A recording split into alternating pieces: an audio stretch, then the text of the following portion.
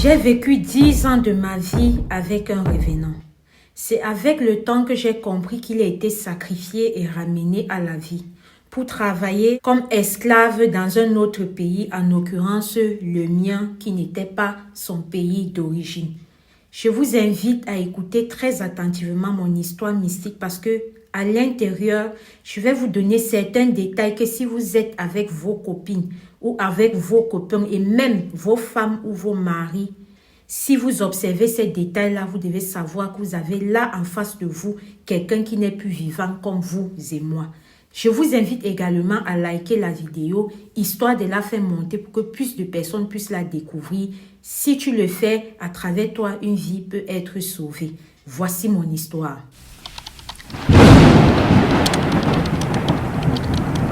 Avant de rencontrer celui-là qui devait être mon mari et le père de mes enfants, je vivais avec ma mère.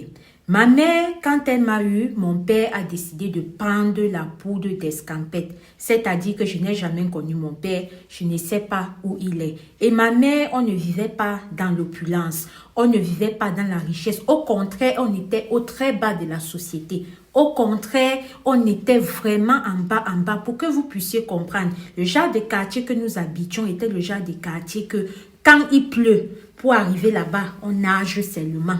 Quand il pleut, si c'est que tu dors, tous tes meubles seront mouillés. Quand il pleut, pour pouvoir sauver tes petits diplômes, tes petits trucs de valeur, il y a déjà un système accroché au mur là pour pouvoir soulever ça comme ça, pour élever les choses en haut et laisser l'eau en bas. Et c'est seulement quand l'eau est partie qu'on fait redescendre ces choses-là. Je pense que là, vous avez une petite idée. Je n'ai pas besoin d'entrer trop dans les détails. Alors, c'est dans ce genre d'endroit que j'ai grandi. Et comme si ça ne suffisait pas, du jour au lendemain, malgré que ma mère et moi, on peinait à manger, ma mère et moi, on peinait à payer le loyer, ma mère et moi, on peinait à faire les choses aussi minimales qui puissent être dans cette vie. Voilà ma mère qui décède, elle me laisse tout seul. C'est comme ça que tous les jours, je dormais avec la peur dans le ventre de qu'est-ce que je vais manger demain? Est-ce qu'on va venir me chasser pour le loyer? Est-ce que? Alors, étant une fille très belle, voilà, je plaisais à beaucoup d'hommes de mon pays et qui puissent être des hommes très friqués. C'est comme ça que sans même le vouloir, n'ayant pas d'autre alternative, vu que je n'avais pas terminé mes études, c'est comme ça que j'ai choisi la voie qui devait être la plus facile pour moi. J'ai commencé à vendre mon couteau. J'ai commencé à me mettre dehors, à faire la pros. C'est ce que j'ai fait. Alors un jour, j'ai fait ça et dans ça, comme ça, au quartier, j'avais une copine avec qui je marchais toujours, une fille avec qui on gérait les mouvements. Et cette fille-là, elle avait quelque chose de spécial parce qu'elle avait ce don de vision. Elle pouvait voir les trucs.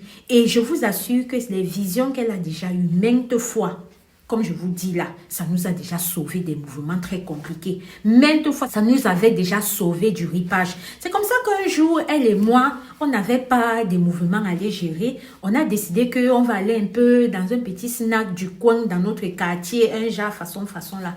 C'est comme ça que quand on arrive là-bas, on s'assoit au bout de ma table, un peu en face. J'observe celui-là qui allait être mon mari. Quand je lui vois, j'ai dit à ma copine que, le gars, s'il est très calme, il ne se lève même pas pour se déhancher. Il n'essaie même pas d'attirer l'attention. Mais j'observe qu'il m'observe. Mais pourquoi il ne veut pas faire les TAP, les techniques d'approche? Est-ce que je ne lui fais pas vraiment de l'effet ou comment?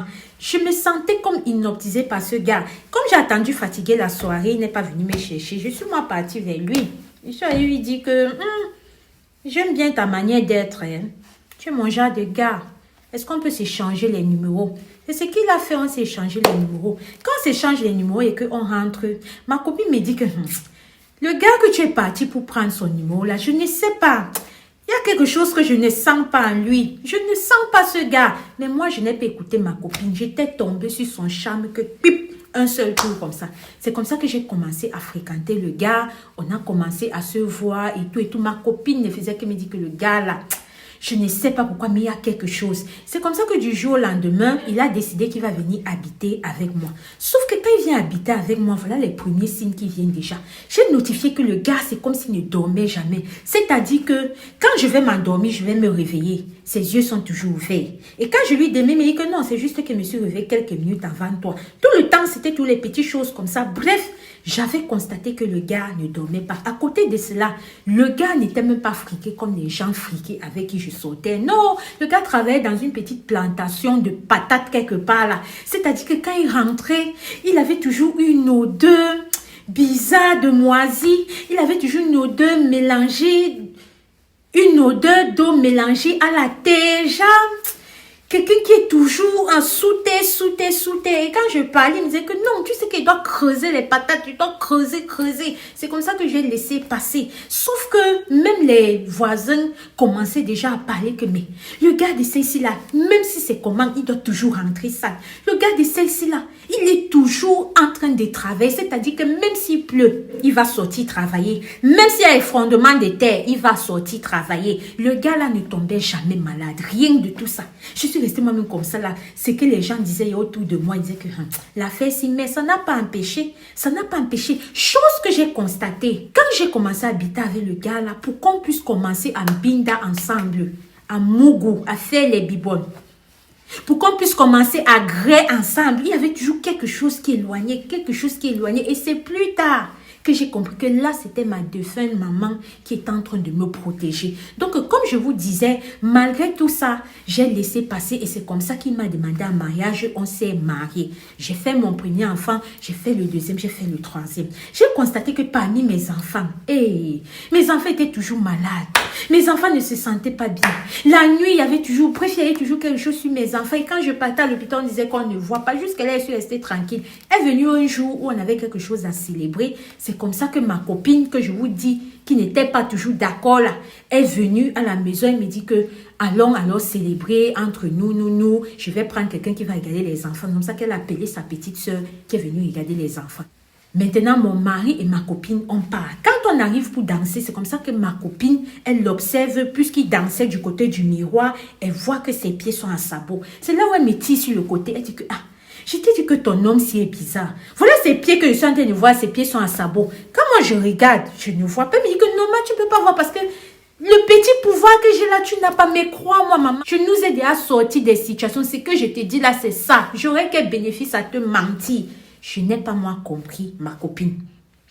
C'est comme ça qu'on est resté. Je constatais toujours que ma personne ne dormait pas. Parfois, je vais me lever la nuit. Je vois comme il est debout, il regarde les enfants. C'est comme ça qu'un autre jour, comme à son habitude, ma copine est venue. Elle était fatiguée de me parler. C'est là où elle me dit, est-ce que tu connais le femme là? Je lui dis que oui, c'est ce qu'on appelle aussi le con, les trucs. Bref, je lui dis que oui, maman, je connais. Elle me dit que je crois bien, sauf si je me trompe, mais je pense que ton homme là, j'observais un peu ses attitudes, la manière dont il est toujours en train de travailler, comment il est toujours en train de rentrer, son état. Comment est-ce que tu me dis que tu dors, tu te lèves, ses yeux sont toujours ouverts, comment il regarde tes enfants et vos enfants qui sont toujours malades, chétifs et tout ça. Ma chérie, sans doute de me tromper, je crois que ton homme, c'est quelqu'un qui a déjà RIP et dont on a amené pour qu'il puisse travailler l'argent. C'est ça que même le salaire qu'il gagne, ça vous aide à peine à manger. C'est pour ça.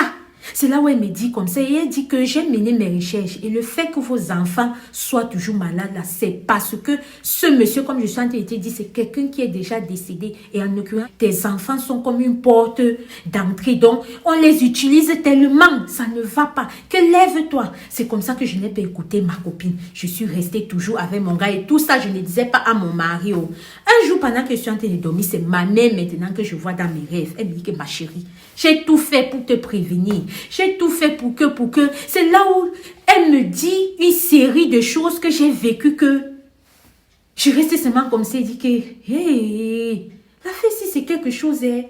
Donc tout ça c'était toi maman.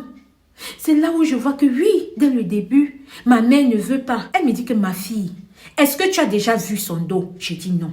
Elle dit que ma fille, est-ce que tu as même déjà bien vu les pieds de ton mari? J'ai dit non, mais que comment toi tu peux faire plusieurs années de mariage avec quelqu'un, tu ne vois pas ses pieds? Elle dit que non maman, il aimait toujours dormir en pantalon et avec les chaussettes, comme quoi il sentait froid, même pendant la période de chaleur, qu'il sentait toujours froid. Elle me dit que ok ma chérie, cherche à voir son dos. Et si tu vois une marque comme ça là, retire ces trucs là.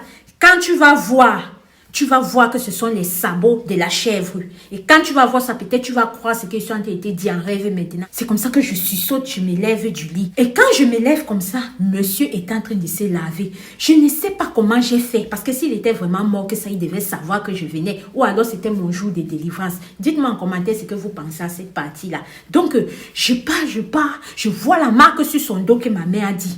Je regarde ses pieds. Je n'ai même pas eu besoin d'enlever comme ma mère disait là. Quand j'ai vu comme ça, directement baisser les yeux. Je regarde ses pieds, je vois la marque, il a dit que, quand je dis, comme ça, c'est comme ça que je repars, j'entre dans la chambre.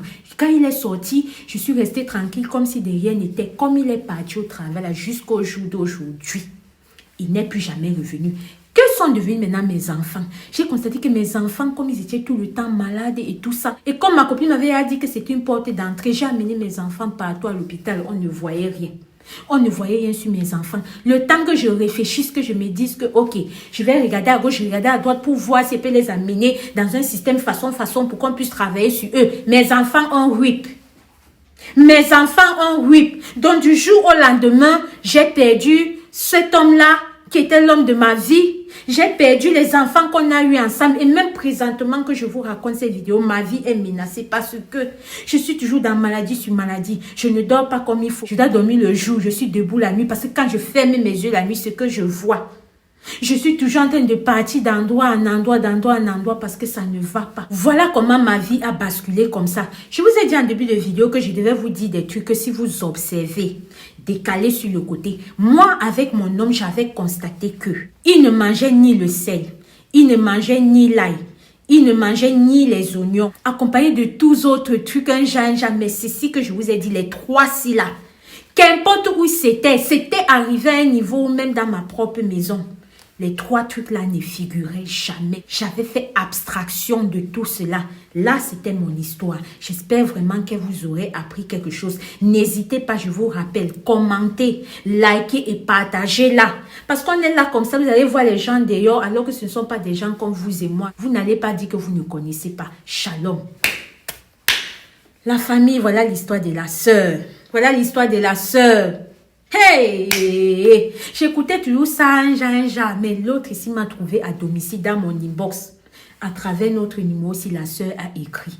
Voilà son histoire. Oh, renchérissez en commentaire. N'oubliez pas de liker, de partager comme elle a dit. Tu peux sauver quelqu'un comme ça dans son amusement.